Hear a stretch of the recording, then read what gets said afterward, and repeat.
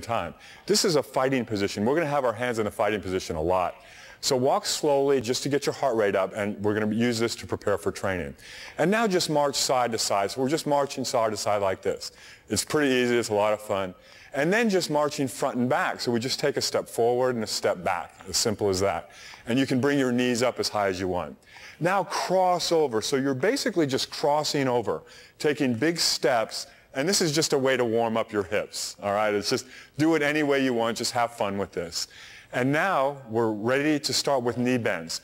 So we're going to lift the hands up to this position and alternate bringing your knees up towards your hands. And every time you're doing that, your palms are facing downwards, and you're trying to bring the knee up so that it touches your palm. Now jogging in place with your hands up. And now, right about now, our heart rate's getting up, but we're still in that fighting position.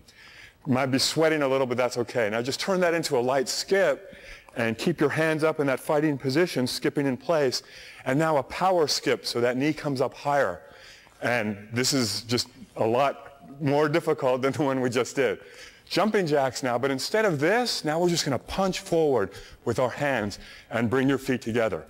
Your feet go about shoulder width apart. Immediately into a half squat. So we're here and up. Back stays straight. Bend your knees until they're at that 45-degree angle to the floor. And your arms extend to the front as you bend your knees. Now, quick feet forward, little steps forward and little steps back. Pump your arms as fast as you can. And that's a good enough warm-up for me. I hope it was great for you.